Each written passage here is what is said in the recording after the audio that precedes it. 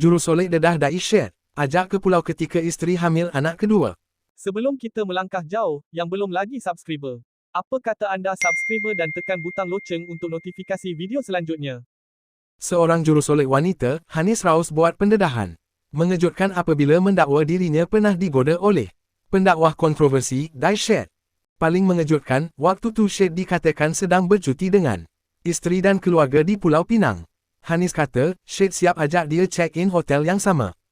Kononnya supaya senang nak jumpa. Padahal masa tu isteri dia ada sekali.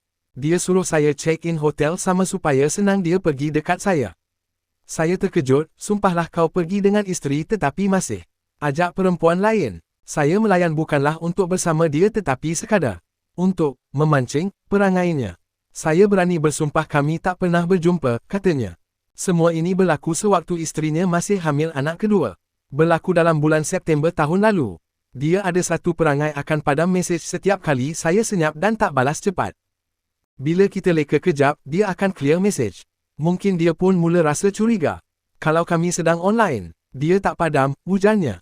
Selepas kes dia, Syed, meletup, viral, pertama kali dulu. Saya memang menyokong dan menganggap dia dianiaya. Waktu itu saya memang follow media sosial dia dan kongsi video-video mengenai kesnya. Bila dia notis video tersebut saya macam seronoklah. Kemudian dia follow semula saya di Instagram, jelasnya.